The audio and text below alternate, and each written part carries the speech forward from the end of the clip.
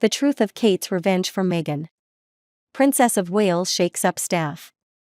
Princess of Wales apparently is reportedly getting, according to a headline in the newspaper today, revenge on Meghan Markle by shaking up her staff and her.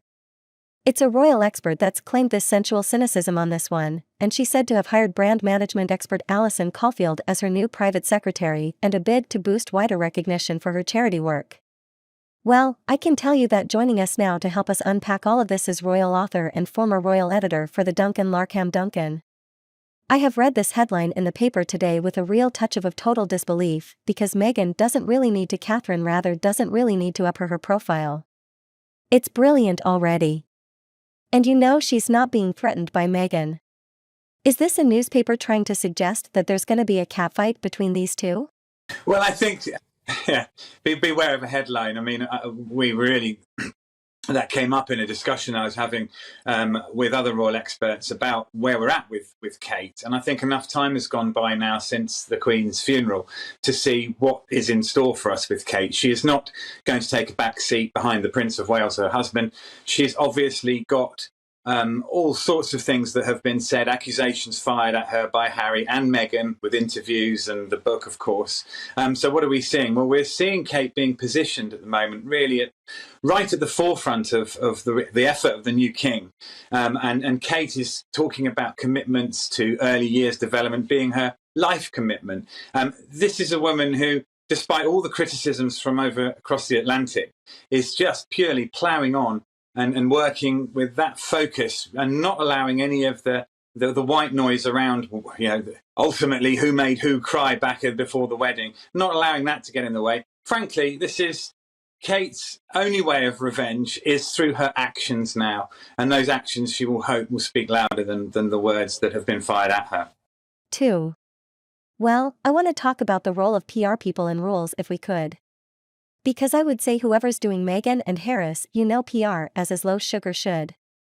You're fired. I mean, they're absolutely terrible. And we're hearing about Prince Andrew. Earlier on in our newspaper review, getting a PR team, do we really need these kind of people in royalty, or in the case of Catherine, is it just simply a case of be royal, be regal, just do your ordinary job and people will love you without PR advisors?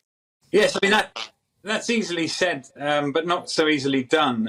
What you have traditionally is that the palace will have a team of press officers, of private secretaries, of other people very close to the day-to-day running of what the royals' business is.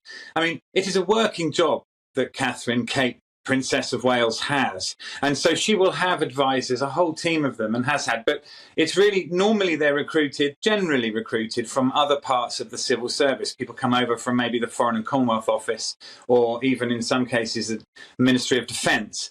The royals do sometimes pick outsiders and bring them in to shake things up. And that's what we think possibly is happening now with Kate. I mean, Kate is a link between the younger generation and the elder generation of royal fans that obviously now delighted that King Charles is making such a good start to his reign. The person who is being appointed to this new role is called Alison Caulfield, and she's being described, forgive my language, but this is how she's been described, straight-talking ball breaker, and she's the new private secretary.